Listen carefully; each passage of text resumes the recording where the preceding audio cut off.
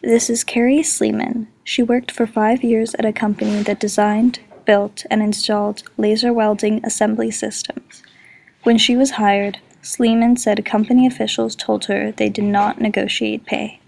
In 2003, the company was forced into bankruptcy and employees had to go through bankruptcy court for their final paychecks. When Sleeman looked at the court's list of claims, she was heartbroken. People she had supervised had larger claims for 2 weeks of pay than she did. This is Cheryl Hughes. Cheryl was the divorced mother of 2 when she began to pursue an engineering degree in 1982. She dealt with an overwhelming male majority in the field and found a balance between motherhood and being a student. She couldn't overcome pay inequality.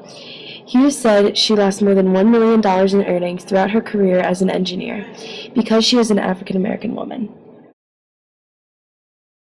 This is Anastasia in Bretson. Anastasia accepted the salary offered to her in her first job out of college.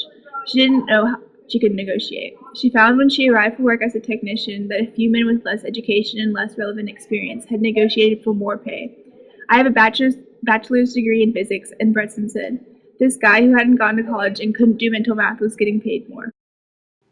In 2013, women earned 78 cents to every dollar earned by men. If change continues at the same slow pace, it will take until 2058 to reach pay equality. The injustice doesn't stop there. Looking into the pay gap differences between races, women of color suffer even more. We must realize, though, that it doesn't matter how big the pay gap is, as much as that it is still there. But why and how is the pay gap here in the first place? Though a complex topic, there are many reasons for this. For one, the gender pay gap increases with age due to family care responsibilities prioritized over jobs by women. However, a little more than 10% of the pay gap is because women interrupt their jobs to have kids. In the workplace, there are also unintentional gender biases and stereotypes that put women at a disadvantage. Men, particularly white men, have moved to a previously female-dominated job, such as elementary school teachers, nurses, make more money than women in the field. In contrast, women who move into typically male-dominated jobs tend to make less. Also, as shown in this infographic, girls are often pushed away from going into science, technology, engineering, and math-based careers.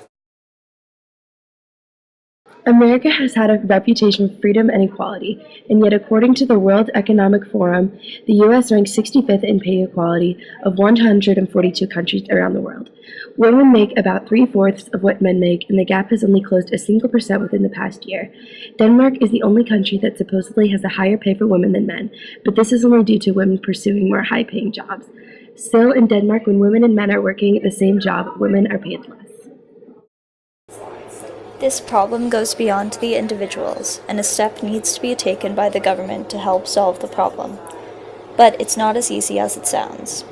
Money is often a very sensitive subject in the workplace, and the unspoken rule of salary secrecy in which employers and fellow workers discourage the sharing of salary make it impossible for women to make a change.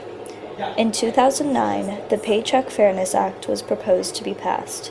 However, it did not go into effect, partially due to this salary secrecy. In order for women to take their difference of pay to work, they must know what their coworkers are making. AAUW is the support that women need to make a change, and they are working to solve this problem and more.